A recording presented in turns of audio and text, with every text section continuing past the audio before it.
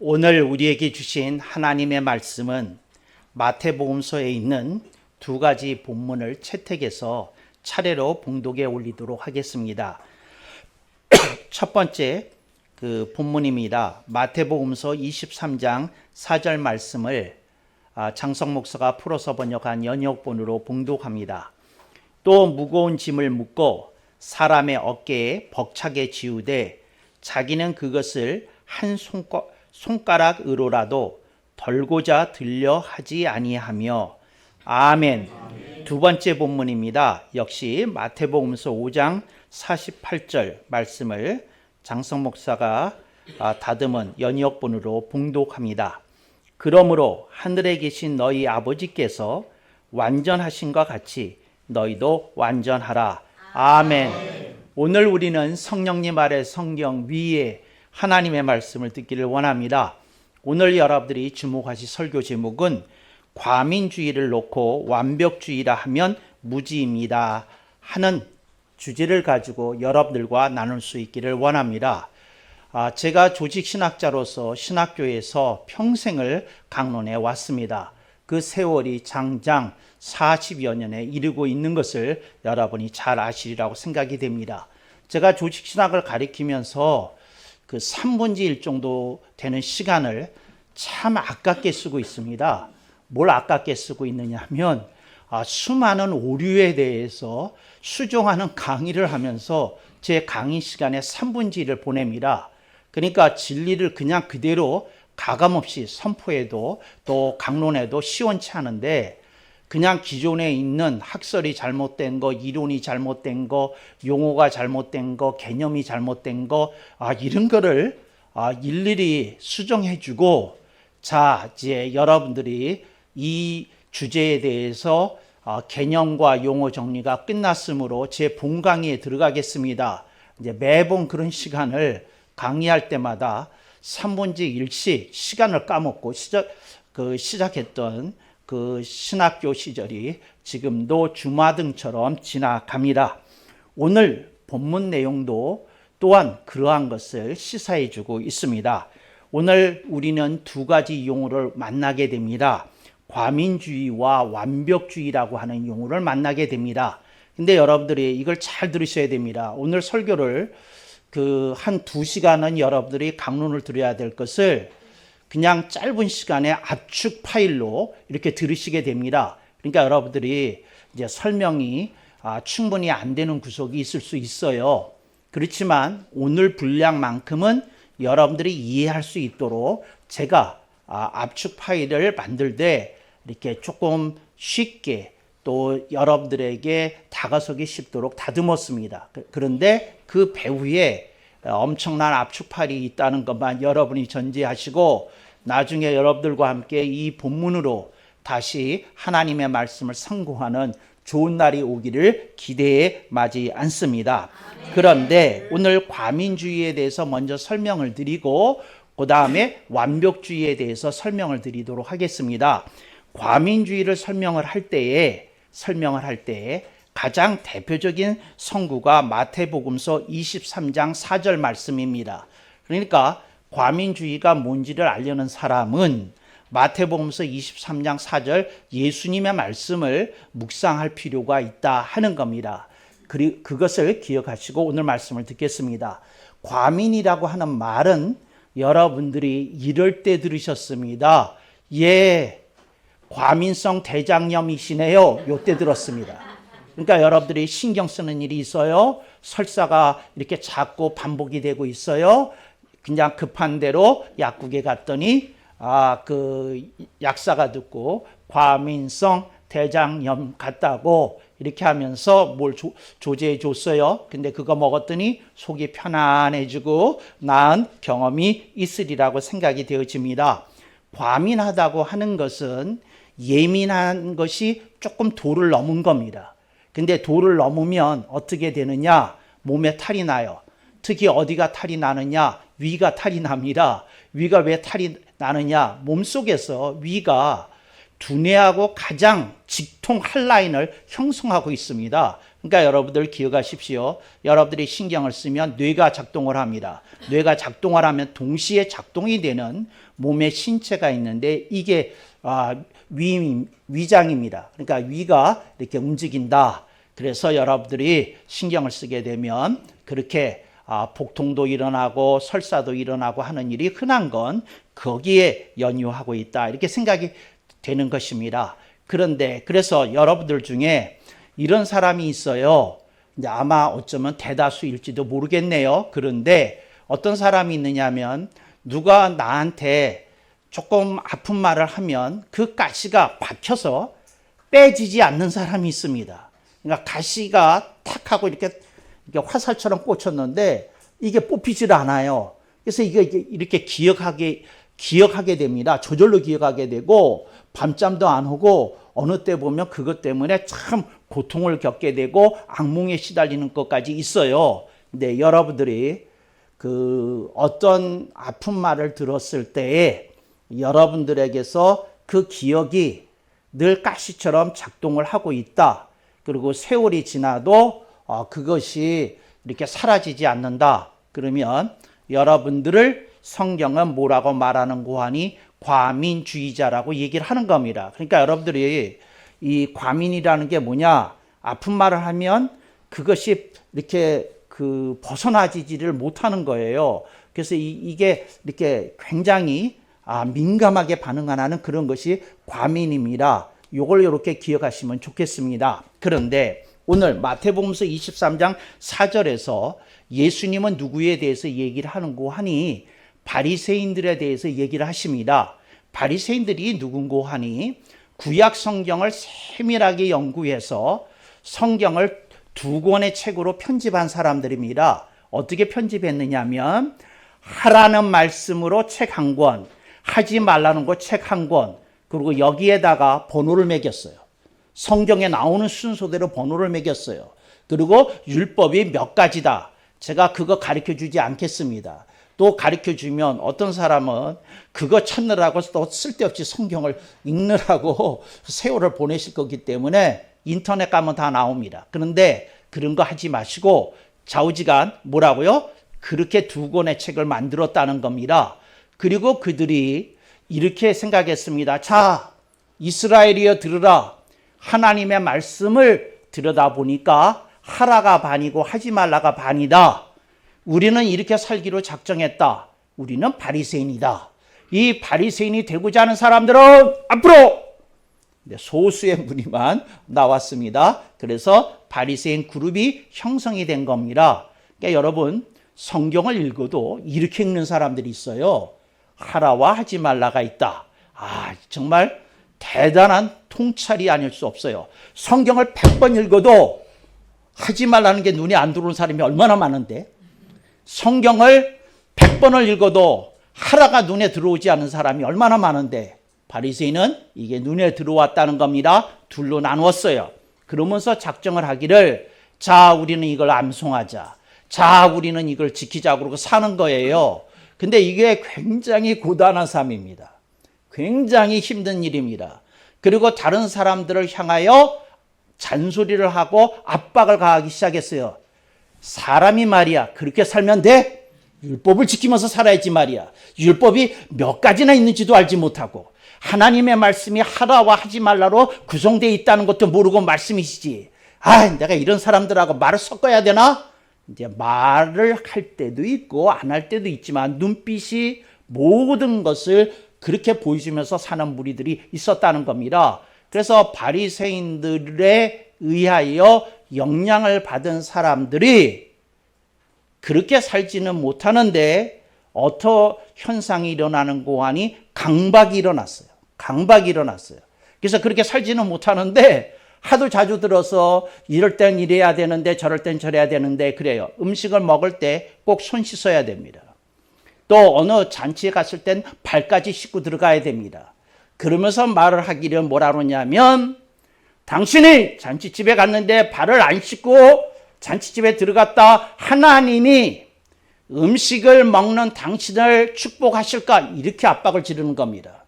그런데 맛있는 잡채, 맛있는 만둣국. 그거 먹는데 생각이 난 거예요. 발을 안 씻었어. 갑자기 음식 맛이 떨어지기 시작하는 거예요. 그리고 내가 바깥에서 발 안 씻고 들어온 걸 누가 봤을까봐 주변 사람들이 이렇게 신경 쓰이기 시작하는 겁니다. 이제 뭐가 시작이 된 겁니까? 과민이 시작이 된 겁니다. 이게 과민주의입니다. 주변 사람의 눈치를 봅니다. 그리고 자기 자신이 어떠한 경지에서 살아야 된다는 압박을 심하게 받습니다. 이게 과민주의자입니다. 그러니까 여러분들이 과민주의자로 사는 건 쉬운 일입니다. 그러니까 무슨 말인고 하니 여러분이 여러분한테 어떤 걸 강요하면 됩니다. 그리고 여러분이 그렇게 살지 못하고 있는 걸 또 각인된 그 지성을 가지고 자꾸 자기 자신에게 기억을 환기시켜 주면 됩니다. 그러면 여러분들은 뭐로 사시는 겁니까? 과민주의자로 사는 겁니다. 이게 과민주의자입니다. 과민주의자들은 특징이 있어요. 뭐냐면 다른 사람의 일거수일투족에 대해서 조금 예리한 시각을 갖고 있어요. 어떡하나 손 씻나 봐야지, 발 씻나 봐야지, 이렇게 봅니다. 이제 이런 게 뭐라고요? 과민주의입니다. 그러니까 예를 들자면 어떤 때 그 엄마가 상을 좀 차려놨어요. 간식상을. 그래서 애가 막 뛰어와가지고 이렇게 초등학교 4학년짜리가 뛰어와가지고 엄마가 만들어 놓은 그 만두를 집었어요. 막 먹는데 엄마가 수채간에서 그릇을 씻다가 뒤를 돌아면서 날카롭게 한마디 합니다. 손을 씻고 먹어야지. 이렇게 얘기를 합니다. 그러니까 애가 움찔해가지고 이제 가서 손을 씻고 오는데 만두 맛의 20%는 사라졌어요. 엄마 말에 의해서.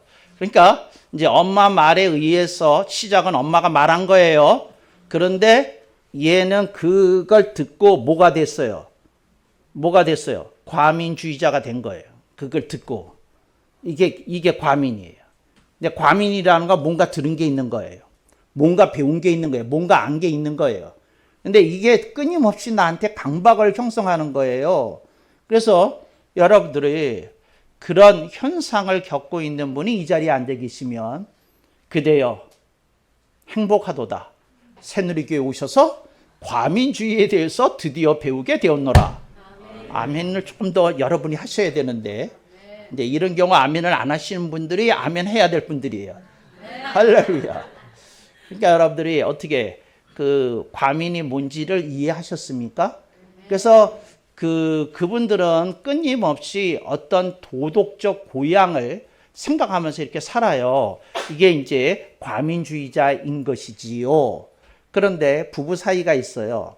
그런데 아내가 이 과민 현상이 있어요. 그래서 뭘 얘기하고 뭐 할 때 남편이 이렇게 바라보니까 이 사람은 이제 용어를 몰랐지만 조금 과민하네, 조금 지나치네, 애들한테 좀 여유를 가지고 보지 이렇게 생각을 해요. 근데 여러분 이 과민주의자가 두 가지 형태로 나눠집니다. 그게 무슨 말이냐면 과민 현상이 나타나는 사람이 있고요. 본인이 과민을 일으키고 있는데 본인이 모르고 있는 사람들이 있어요. 뭐라고요? 본인이 과민을 일으키고 있는데 모르는 사람들이 있어요. 그것에 대해서 오늘 본문이 얘기를 합니다. 자, 보겠습니다. 마태복음서 23장 4절. 상반절과 하반절의 뜻이 달라요.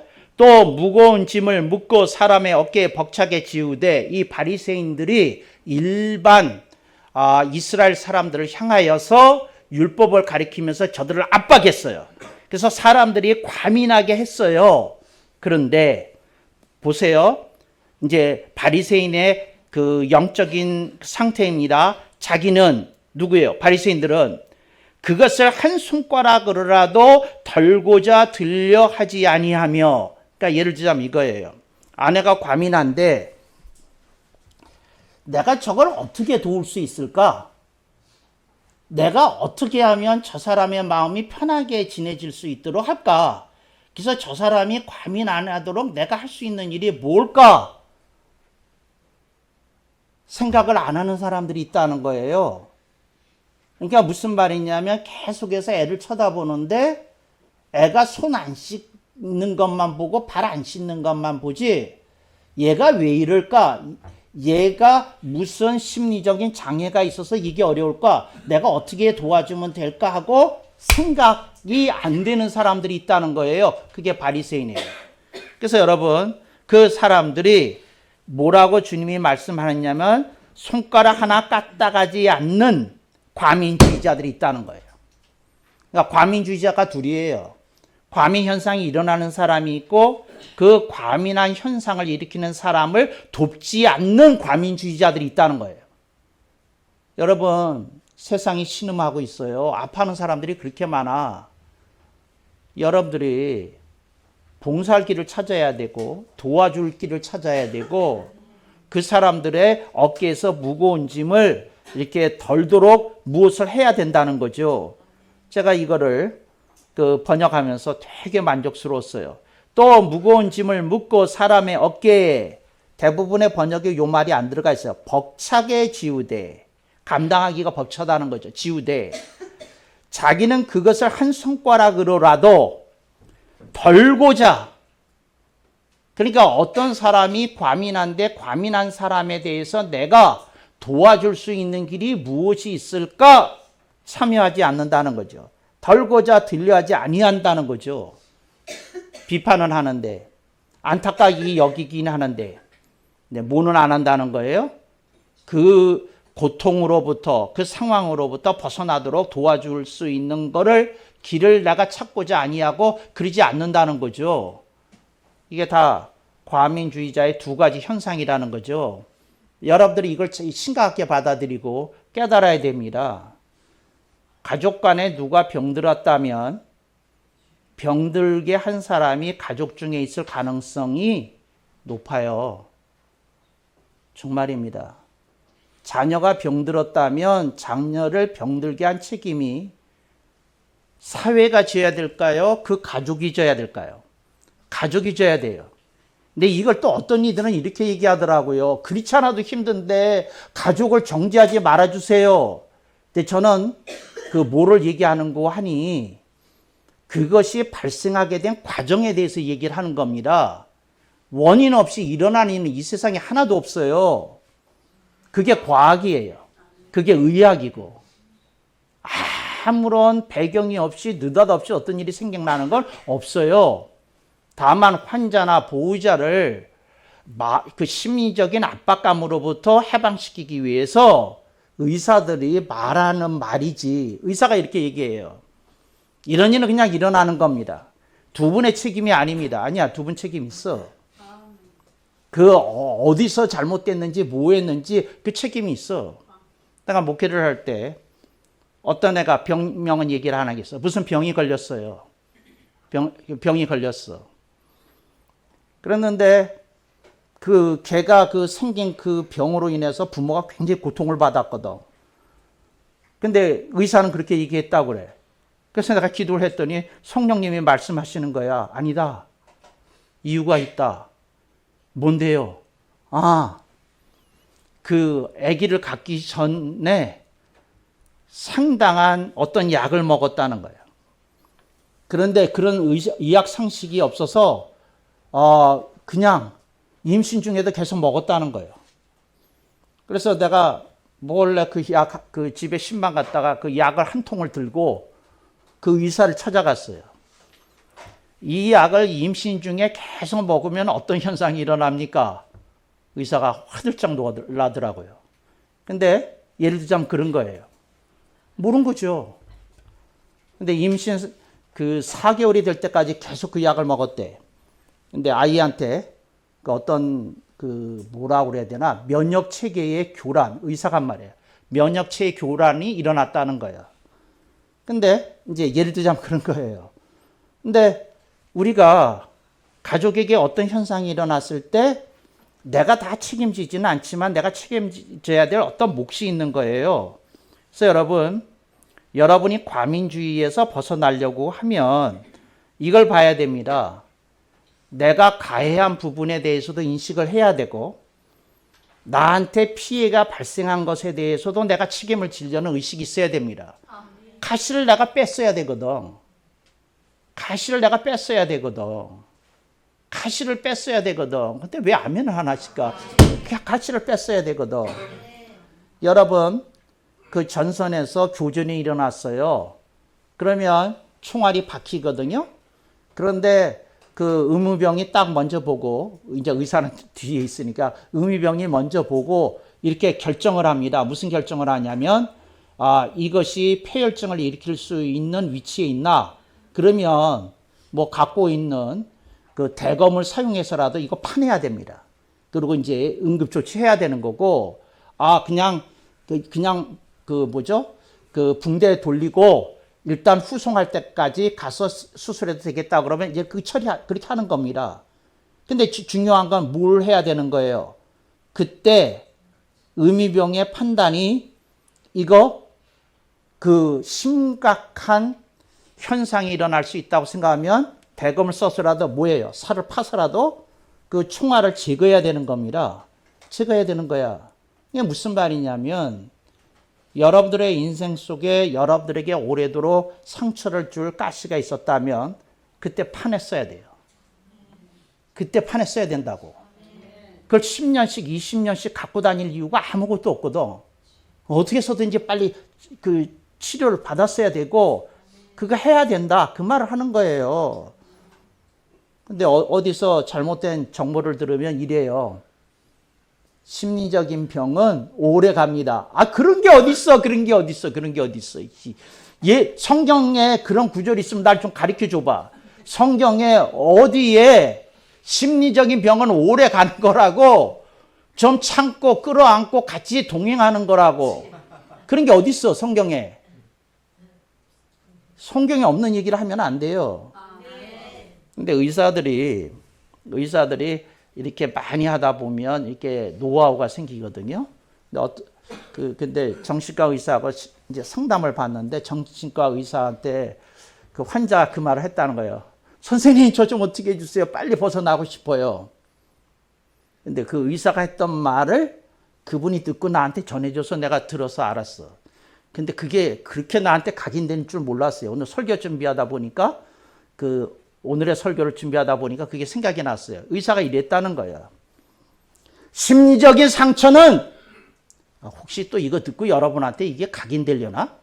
각인하지는 마세요. 그냥 듣고. 심리적인 상처는 기생충과 같은 겁니다. 그냥 평생 동행해야 된다고 생각하시면 됩니다. 이랬다는 거야. 이런 성경적이지 않은 얘기에 왜 사람들은 감동을 받고 그걸 끌어안고 살려고 할까요? 아니야. 여러분, 모든 병은 가능한 한 빨리 낫는 게 정상이야.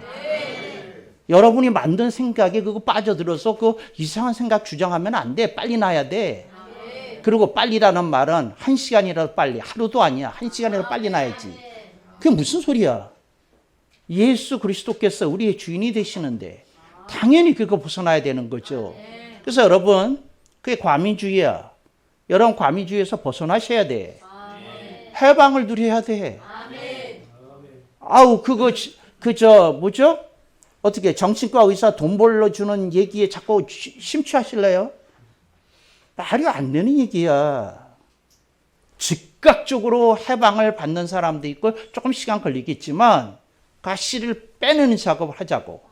하나님께서 그렇게 하셔서 해방과 자유를 주실 줄로 믿습니다. 그 아래에 있는 본문을 보겠습니다. 마태복음서 5장 48절 말씀인데, 그러므로 하늘에 계신 너희 아버지께서 완전하신 것까지 너희도 완전하라. 저는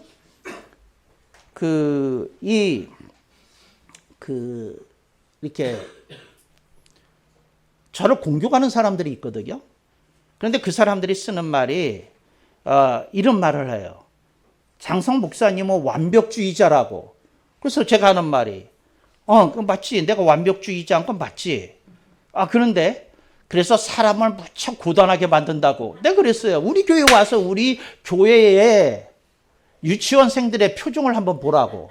어린이들의 표정을 보고 중학생들의 표정을 보고 걔네들이 압박에 시달리는 애들처럼 보이는지 한번 와서 애들의 관상을 좀 보시라고 내가 그랬다니까. 너무 억울해가지고 속이 답답해가지고 저거래가지고 이제 그랬거든요. 그런데 그러니까 사람들이 그 어떤 말씀을 심오하게, 적확하게, 정확하게, 명확하게, 이게 제일 제가 좋아하는 말이에요.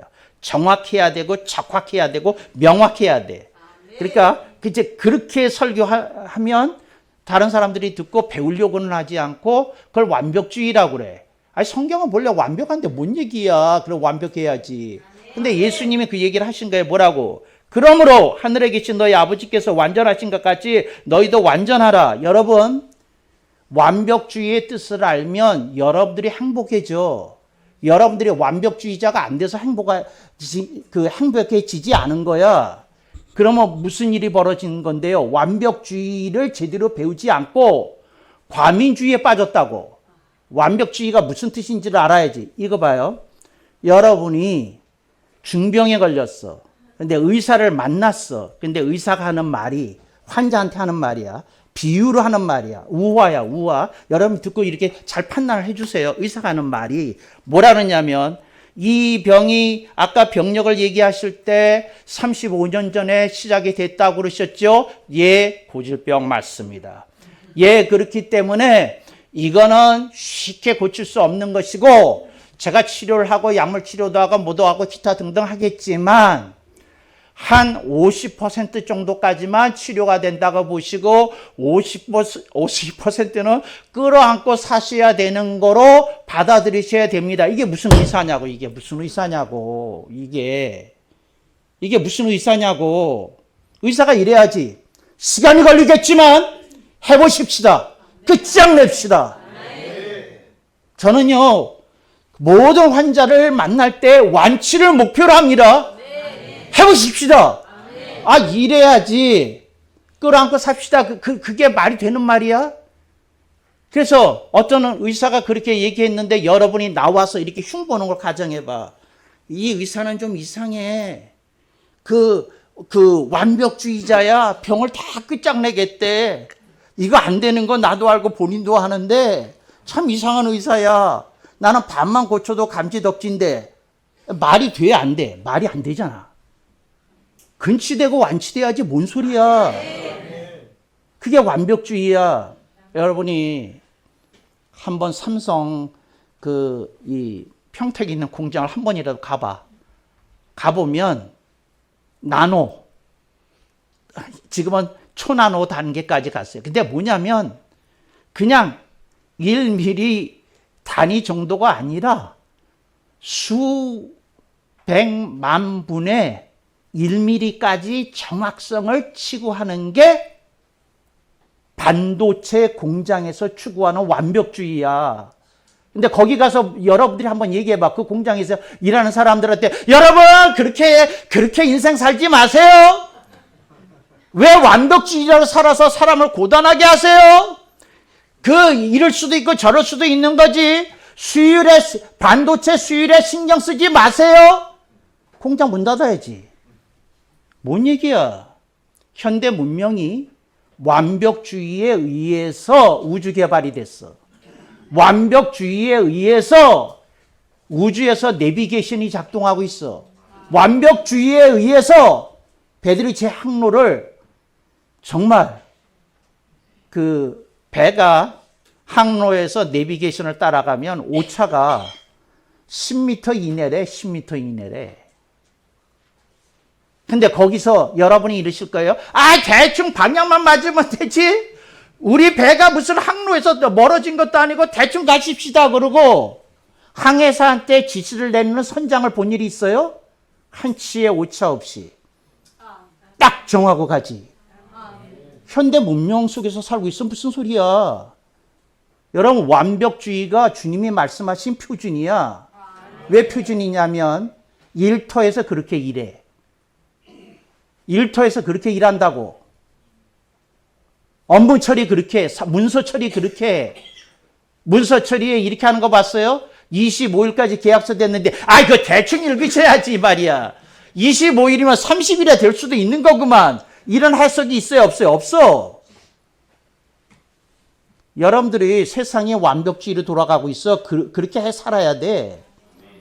주님의 완벽이 표준이라는 거야. 근데 주님이 뭐라고 말씀하시냐면, 얘야, 완벽주의로 살되 나는 네가 그렇게 해서 성공하기를 기대한다. 직장에서 인정받고 두각나기를 원한다. 그러나 나는 네가 완벽주의에 빠진다는 핑계로 과민하는 건 내가 원치 않는다.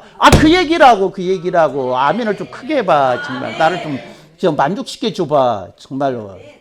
정말로. 그러면서 심리학 책들 읽어보니 나 화가 나서 책을 못 읽겠어. 뭐라 그러냐면 모든 앞장에 1, 2, 3장 중에 어느 챕터에서는 꼭 이 얘기를 해요. 주변에 완벽주의자가 계시죠? 그 사람들을 절대 피하십시오. 당신에게 고통을 안겨주는 자들은 다 완벽주의라는 이름으로 당신을 학대합니다. 이렇게 써 있다니까. 완벽주의 뜻을 알고 얘기를 해야지. 완벽주의 뜻을 알고. 여러분, 자동차 운전을 해. 대충 운전을 하면 사고가 날까 안 날까?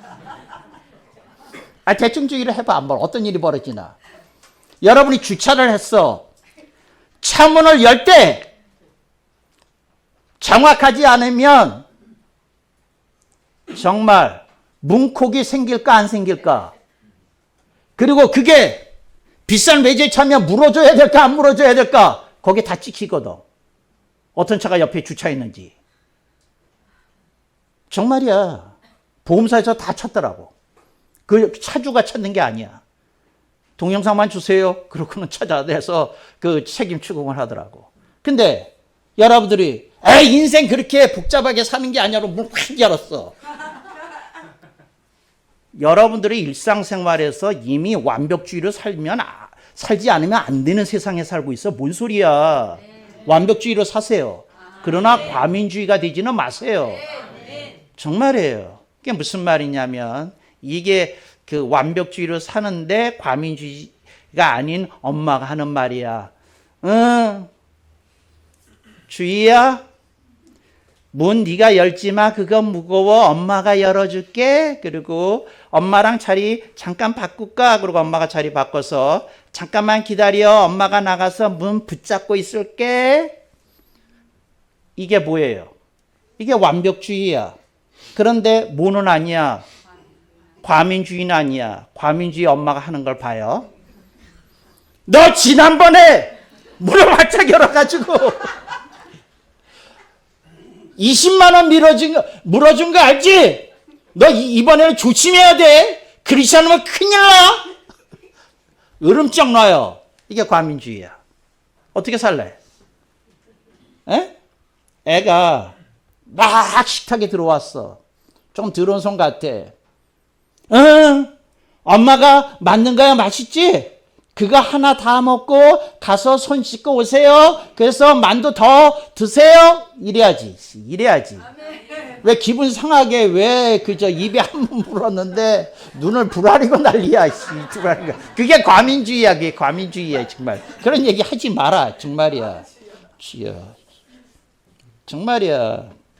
밤중에 남자들은 그렇거든요. 자다 갑자기 궁금해. 그래서 냉장고를 열어서 뭘 꺼내서 먹고 있었어. 아내가 나와가지고 정말 배 나온다고 내가 그렇게 얘기했는데 과민주의야. 정말 과민주의야. 거기서 왜 배가 나와? 남편이 무슨 개구리야. 배가 나오게. 왜 그렇게 사냐고. 그걸 그냥 드시면 어떡하냐고. 내가 국이라도 끓여줄까요? 그러든지 다른 반찬이라도 끓여줘야지. 뭔 소리야. 제대로 살아야지. 이게 뭔 소리야. 여러분들 이게 뭘 몰라가지고 과민주의와 완벽주의를 혼동하고 거꾸로 사는 사람들이 대다수야. 그런 얘기 하지 마. 정말 맛있게 밥 먹는데 다이어트 얘기는 왜? 김세계. 정말 그 얘기 하지 마. 정말이야. 뭐 어쩌고 저쩌고. 정말이야. 제가 라면을 좋아하거든요. 근데 이제 라면 안 먹는다는 사람 보면 그저 상처가 돼. 아니, 내 얘기는 그분 안 드시는 건 내가 이해해요. 이해하지만 그 얘기를 왜 매번 하시냐고. 그리고 뭔가 무슨 보건 통계까지 들먹거리셔. 뭐 이게 뭐 아이 성장에 나쁘고 뭐에 나쁘고. 그 얘기를 왜 하냐고. 그게 과민주의야, 그게 과민주의야. 그 가해하는 과민주의라고. 그렇게 살지 마. 본인만 잘 살아. 완벽주의하고 그걸 알아서 여러분들이 제대로 해야지. 주님이 하시는 말씀을 잘 들어요. 그러므로 하늘에 계신 너희 아버지께서 완전하신까지 너희도 완전하라. 이 완전하라는 말 뜻 속에는 뭐도 있느냐 하면 다른 사람에 대하여 심사숙고하고 배려해서 상처가 되지 않게 하라는 뜻도 담겨 있다고. 이 완전의 뜻에. 공장에서만 그 초난호의 엄격함을 이렇게 유지해서 생산해내라는 뜻이 있는 게 아니고, 여러분들이 조금 자신을 봐요. 어떻게 살고 있는지. 등산을 남편이 그 다음날 가는데 등산화를 꺼내놓질 않았어. 한 소리 했어. 등산을 또 찾아줬어. 뭐 보통 그 신발장에 안 둘 거 아니에요. 그러니까 억지로 찾아왔어. 그냥 먼지가 좀 있었을 거 아니야. 또 한 소리 했어요. 이게 지저분하다고. 그래서 또 부인이 꾹 참고 그걸 닦아줬어. 걸레를 갖다가. 이거 시간도 늦을 것 같고 뭐 하는데 친구들한테 좀 민망하잖아. 남자들끼리 등산하는데. 그래서 가라고 했어. 그랬는데 쭉 가다가 한 5분 후에 남편이 들어왔어요. 남편이 내가 이걸 까먹고 갔네. 그리고 5만 원짜리 한 장 놓고 갔어. 이게 완벽주의야. 이게 완벽주의야. 어느 때 짜증 부릴 때 있어. 어느 때 실수할 때 있어. 금방 깨달아야 돼. 완벽주의는 와서 그 5만 원 가지고 여자의 그 상처난 자존심이 뭐 완전 복구되는 건 아니지만 참아줄 만은 해. 5만 원 거기다 놓으면. 왜 아멘이 이렇게 적을까? 좀 그렇게 살아. 그게 무슨 말이냐면 실수할 때 있어요. 잘못할 때 있어. 여러분이 즉시 깨달으면 움직여야 돼. 미안하다고, 잘못했다고. 정말이야. 여러분 실수했을 때 제일 좋은 건 현금 박치기야. 정말이야. 해. 그래서 용서 빌어. 그거 잘하겠다고 그래. 그러면 돈이 없으면 설거지라도 더 열심히 해. 방 청소도 하고, 이불 정리도 하고 좀 해. 아멘이 이렇게 적나? 마지막 한 얘기하고 마치겠어요. 예수님께서 이제 부활절이니까 한 번 더 그 얘기하는 거예요. 예수님께서 얼마나 완전주의지로 사셨느냐 하면 부활하신 다음에 예수님께서 입으셨던 수의를 성경에 보면 개켜놓고 가셨어. 헬라로 읽으면 개켜놓고 가셨대. 그러니까 예수님이 이제 그 천사들이 새 옷을 드린 거야. 이 부활하신 주님께 걸맞은 옷을 두 천사가 서 옷을 들고 있었던 거야. 그러니까 예수님이 기다려라. 그리고 주님이 뒤돌아서라 그랬는지는 모르지만 하여튼 기다려라 그러시고는 그 옷을 벗으셨어. 누우셨던 침상 위에다 성경에 보면 개켜놓고 가셨다고 써 있어. 이게 완전주의야. 그 바쁜 와중에 나라면 1분 1초라도 있기가 싫어가지고 어떻게 해요? 우선 답답하다. 나가고 보자. 그랬을 텐데 예수님이 옷을 다 갈아 입으시고 개켜놓고 그러고 가셨어. 이게 예수님의 완전주의야. 완벽주의고. 여러분 정말 하나님을 기쁘게 하는 사람은 뒷마무리도 깔끔해. 그런 새누리 공동체 되기를 주님의 이름으로 당부하고 권면하고 축복합니다. 아멘. 억만 번.